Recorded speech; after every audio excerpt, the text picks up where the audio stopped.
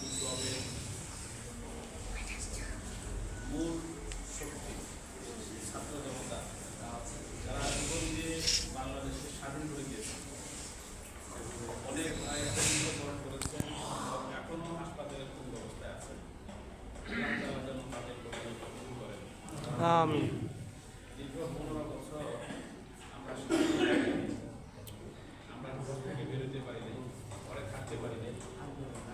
বহুবার এসে ফিরেছেন, কারাবরণ করেছেন, ব্যবসা প্রতিষ্ঠান বন্ধ হয়ে গেছে, শিক্ষা প্রতিষ্ঠানে যেতে পারেন নাই, পরীক্ষা দিতে পারেন নাই।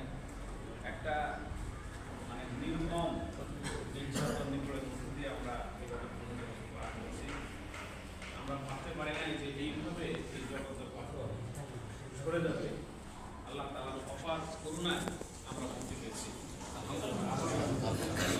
আলহামদুলিল্লাহ। সম্মানিত ভাইরা, আমাদের দেশ স্বাধীন হয়েছে, কিন্তু দেশের মানুষের অধিকার এখন নিশ্চিত। মানুষ এখনো বহু রকমের বঞ্চনা, নির্মমতা, বৈষম্যের শিকার হচ্ছে। আমরা দৃঢ় বিশ্বাস করি, যতদিন পর্যন্ত ইসলামের বিধান সমাজ, রাষ্ট্র সব জায়গায় প্রতিষ্ঠিত না হবে, ততদিন পর্যন্ত মানুষ তাদের অধিকার ফিরে পাবে। ঠিক। আমরা এই দেশে 92 জন মুসলমান। যদিও ইসলামের শাসন প্রতিষ্ঠিত হলে সকল ধর্মের, বর্ণের, গোত্রের লোকই তাদের সাধারণ নাগরিক অধিকার ভোগ করবে। শুধু মুসলমানরা এখানে ভালো থাকবে সেটা এমন নয়। ইসলাম সকল নাগরিকের, ধর্ম ধর্মের সকল নাগরিকের ইসলাম বলেছেন, কোন একজন অমুসলিম যদি মুসলমানের বিরুদ্ধে কিয়ামতের ময়দানে কোনো অভিযোগ উত্থাপন করে, তাহলে আমি মুসলমানের পক্ষে আল্লাহর কাছে ওকালতি করবো। তার মানে অমুসলিম বাংলাদেশে ইসলাম প্রতিষ্ঠিত হয়, তাদের অধিকার থেকে বঞ্চিত হবেন না, এই গ্যারান্টি ইসলাম দিয়েছে। এবং তারা সবচেয়ে নিরাপদে থাকবে। মুসলমানরা যে সুযোগ সুবিধা পাবে, অমুসলমানরা সেই সুযোগ সুবিধা পাবে। একটা গোষ্ঠী বোঝাতে চায় যে ইসলাম যদি প্রতিষ্ঠিত হয়, তাহলে অমুসলিমদেরকে বিভিন্ন রকমের তারা বোঝাতে চায় যে নারীদেরকে ঘর থেকে বের হয়ে দেওয়া হবে না এবং তাদের গৃহবন্দী করে রাখা হবে। তাদেরকে এমন প্রকারে ঢুকে দেওয়া হবে যেন রাস্তা চলাচল তারা রাস্তায় না দেখে, এরকমভাবে বোঝানোর চেষ্টা করতেছে। এগুলো কারা করতেছে?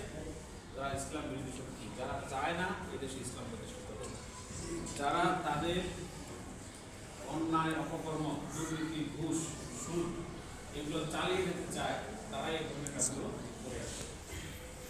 আমাদের দেশে আমরা যারা মুসলমান, আমার নাম আব্দুল রহিম, আবুল কালাম, আব্দুল রশিদ, আল্লাহর নামেই নাম।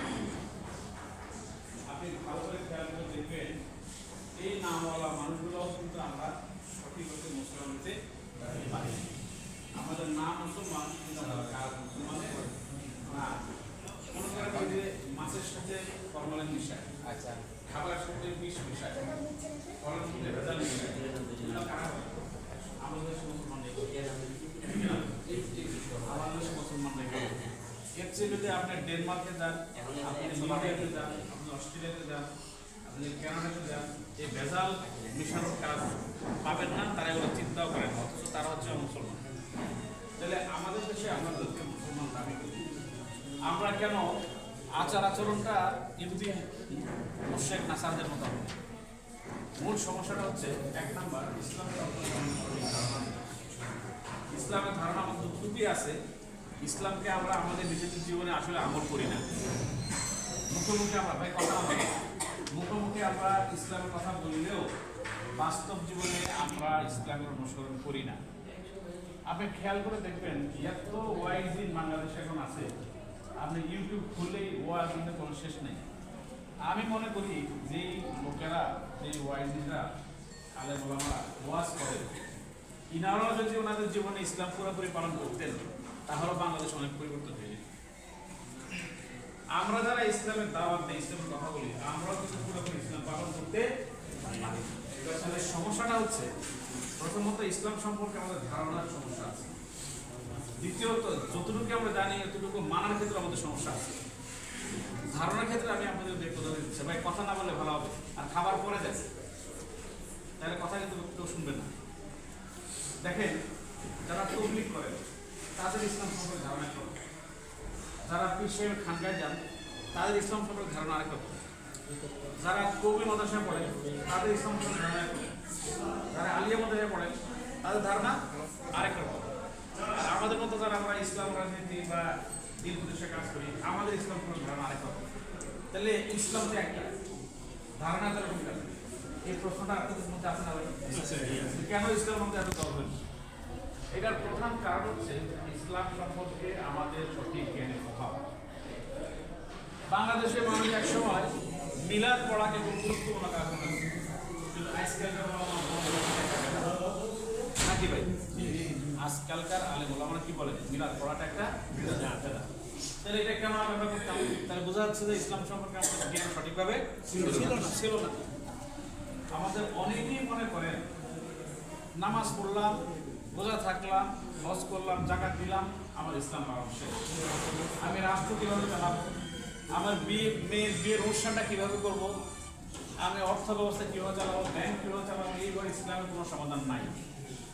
আমাদের দেশে যারা সেকুলারপন্থী, যারা ধর্ম নিরপেক্ষ অনুসারী, তারা মনে করে স্টেট এবং রিলিজিয়ান আলাদা জিনিস, রাষ্ট্র এবং ধর্ম আলাদা জিনিস, রাষ্ট্রের সাথে ধর্মকে মিশানো যাবে না। যারা রাষ্ট্রের সাথে ধর্মকে মিশায় তারা বলে এরা হচ্ছে ধর্ম ব্যবসায়ী। তাহলে আমাদেরকে দেখতে হবে যে নবী মুহাম্মদ রাসূলুল্লাহ কি করেছিলেন।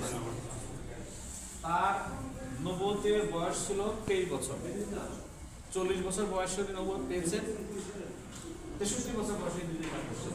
তাহলে নবুয়তের বয়স কত ভাই? 23 বছর। ভালো করে একটু খেয়াল করি আমরা। এই 23 বছরের প্রথম 13 বছর কাজ ছিল একরকম না, পরবর্তী 10 বছর কাজ ছিল আরেক রকম। প্রথম 13 বছরে মক্কায় ওনার আলাপ আলোচনা ছিল খুবই সুনির্দিষ্ট, বিষয়বস্তু ছিল তাওহীদ, রিসালাত এবং আখিরাত। কি বিষয় ছিল ভাই? তাওহীদ, রিসালাত, আখিরাত। নবীর প্রথম কাজ ছিল মানুষকে আল্লাহ সম্পর্কে ধারণা করা। তিনি বলেছেন লা ইলাহা ইল্লাল্লাহ মুহাম্মাদুর রাসূলুল্লাহ, আল্লাহ একজন, তিনি সব কিছুর মালিক, তিনি আমাদের প্রভু, তিনি আমাদেরকে জীবন দেন, তিনি আমাদের মৃত্যু দেন, তিনি আমাদের প্রতিপালক, তিনি আমাদের খাওয়ান, তিনি আমাদের পড়ান। এই কথাটা যখন তিনি বলতেছিলেন, ওই মুহূর্তে কাবা শরীফের 360টা যে মুহূর্তে মুহাম্মদ ইসলাম এক আল্লাহ দাওয়াত দিয়েছেন, ওই মুহূর্তে কাবা কয়টা মূর্তি ছিল ভাই? 360টা। একটা হলো বৃষ্টির জন্য, একটা রোদের জন্য, একটা খাওয়ার জন্য, একটা টাকা পয়সার জন্য।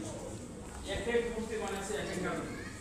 ওরা বলতেছে এক এক কাজে এক এক মূর্তি বানায়, আমাদের সময় সমান হয় না, এক আল্লাহ কেমনে সবসময় সমান হয় না, এই প্রশ্ন তারা তো মুহাম্মদ ইসলাম প্রথম 13 বছরে মানুষদেরকে বুঝাতে সক্ষম হয়েছে যে এই মহাবিশ্বের প্রতিপালক একজন, তিনি সব কিছু নিয়ন্ত্রণ করেন, আমাদের জীবন দিয়েছে, আমাদেরকে মৃত্যু দিতে দেবেন।